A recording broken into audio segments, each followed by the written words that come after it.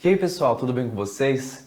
Eu sou Abrão Rosa, sou acadêmico de medicina da Universidade Federal de Rio Grande e faço parte do grupo 4 do grupo de micologia médica do projeto do Laboratório de Micologia Médica da FAMED FURG. Eita, que introdução! Calma, vamos por partes. No vídeo de hoje a gente vai conversar juntos sobre um artigo científico produzido por uma das pesquisadoras do Laboratório de Micologia da FURG. Mas antes, eu quero fazer algumas reflexões com vocês e eu espero que vocês entrem comigo nessa jornada e que seja bem legal.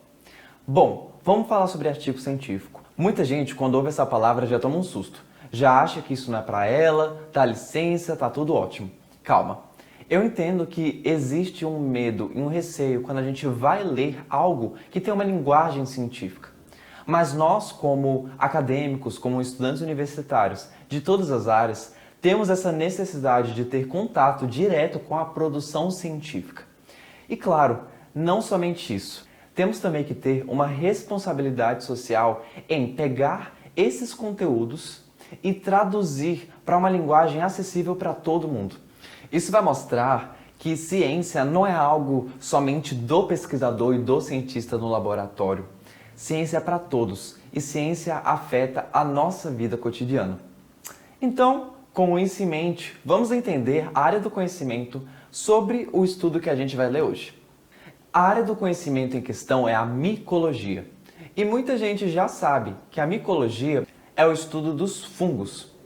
E sim, eu sei, muita gente acha que falar sobre fungo é falar sobre aquela micose na ponta do pé ou o cogumelo gigante do Mario Bros. E sim, a gente pode pensar nessas coisas. Mas a micologia é um mundo muito mais rico e importante do que isso. Quando a gente está falando de fungos, do estudo dos fungos, a gente está falando de algo que afeta diretamente o ecossistema no qual a gente vive. E isso envolve muita coisa. Os alimentos que nós consumimos, os medicamentos que nós tomamos e, claro, várias doenças que nós estamos suscetíveis têm a ver com fungos. Bom, por falar em doença, a gente precisa entender que existe uma área chamada de micologia médica. Essa área vai estudar justamente o que eu falei, as doenças causadas por infecções fúngicas. E muita gente não tem ideia sobre o que são infecções fúngicas e qual a importância delas.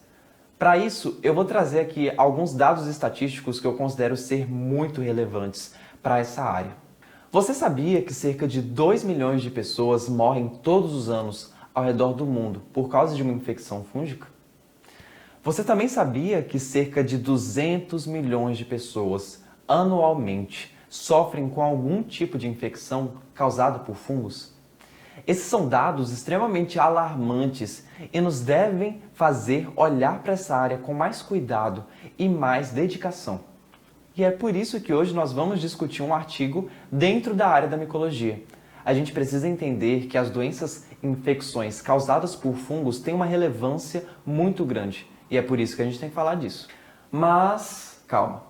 Para a gente fazer isso com organização, com método, eu quero ajudar vocês aqui a estruturar na cabeça de vocês como é que é um artigo científico. Porque muita gente deve estar perdido, não deve saber como é que é a estruturação. Meu Deus do céu, eu vou morrer. Tá, vamos lá. Os artigos científicos, eles têm uma estrutura básica. Isso ajuda a gente a organizar. Então, a maioria deles vai ter um resumo, que é um sumário do que está sendo dito naquela pesquisa específica. Existe também uma introdução, e nessa introdução a gente vai ter uma contextualização geral sobre aquele tema que vai ser trabalhado ao longo do artigo. Temos também os objetivos. E os objetivos, óbvio, vão falar sobre os propósitos. O que aquele pesquisador tinha em mente quando ele quis fazer essa pesquisa? Também temos os materiais e métodos, que nada mais são do que os instrumentos utilizados pelos cientistas para realizar a pesquisa. E claro, temos também os resultados. Essa parte é muito importante e todo mundo quer saber os resultados, porque eles são justamente os achados que foram encontrados por meio dos instrumentos que a gente acabou de falar. E temos também a discussão. A discussão é uma parte muito importante, porque nela a gente vai interpretar os dados que foram encontrados lá nos resultados. E por fim, nós temos uma conclusão que vai fazer uma consideração final e vai enfatizar a importância daquela pesquisa que foi feita. Bom, Superamos a estrutura do artigo científico. Então a gente agora pode entrar nele com um pouco mais de confiança. O nome do artigo que a gente vai ler, eu vou traduzir o título do inglês e a gente vai ler ele juntos. Surtos de Sporotrix brasiliensis e a rápida emergência de esporotricose felina. Calma, muita gente pode ter se assustado com esse título, e é bem normal para pessoas que não têm contato com essa linguagem não entenderem direto o que está falando naquele título. Então eu vou ajudar aqui vocês a entender bem rapidinho. Sporotrix brasiliensis é o agente etiológico, ou seja, é a espécie, é o nome da espécie de fungo que a gente vai falar nesse artigo. E ele está falando que existem surtos, ou seja, aumento de casos. Além disso, ele também fala que existe uma rápida emergência, ou seja, novamente, existe um aumento de casos. A gente está falando de um cenário que precisa de atenção e cuidado. De esporotricose. Esporotricose é o nome da doença que o Sporotrix vai causar num ser vivo. Nesse caso, a gente está falando de um ser vivo específico, que são os felinos, especialmente os gatos. Entendeu o título? Bom, bora ler então esse artigo e ver o que ele está falando. Esse artigo então vai começar com uma contextualização geográfica e histórica. Ele vai falar que ao longo dos últimos anos, desde a década de 1990, existem surtos e aumento de número de casos de esporotricose no Brasil, especialmente nos estados de São Paulo, Rio de Janeiro e Rio Grande do Sul. Claro, a gente também está falando da cidade de Rio Grande, que é uma região endêmica desse tipo de doença. A introdução também vai trabalhar a ideia de que os fungos do gênero Sporotrix possuem uma variedade de habitats, de formas de contaminação e virulência, ou seja, a capacidade de um organismo de infectar e se reproduzir em um ser vivo. Todos esses aspectos com certeza vão influenciar na forma como uma doença se manifesta em um ser vivo. E nesse caso a gente está falando de mamíferos, porque são os gatos. A partir disso, os pesquisadores vão falar que o objetivo desse artigo é pesquisar, é entender de que forma se manifesta essa emergência e aumento de números de casos de esporotricose felina no município de Rio Grande. Porque se você parar para pensar comigo, é muito fácil falar, está aumentando os casos, mas como você pode provar? Bom, esse artigo vai fazer isso. E obviamente ele não vai fazer isso de uma forma aleatória, ele vai usar instrumentos específicos. Ele vai usar então gatos que têm lesões na pele. Esses gatos têm suspeita de esporotricose e por isso vários deles foram utilizados nesse estudo.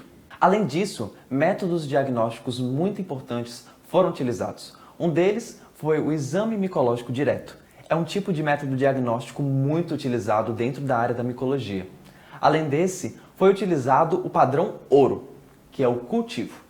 E claro, também foram utilizados outros métodos para identificarem exatamente qual é a espécie de Sporotrix que a gente está falando. Esse estudo foi realizado ao longo de 5 anos e 29 veterinários estiveram envolvidos nesse estudo. Foram enviadas 230 amostras de casos suspeitos de esporotricose felina. Dessas 230, 129 deram positivo para uma infecção fúngica por Sporotrix. É muito interessante ver que nesse artigo a gente compreende uma ideia de progressão. Ou seja, como foi feito num período de tempo interessante, percebe-se que há um aumento do número de casos, da média de casos por mês no município de Rio Grande. Para você ter uma ideia, em 2010, a média de casos era 0,75 por mês. Já em 2014, essa média aumentou para 3,33.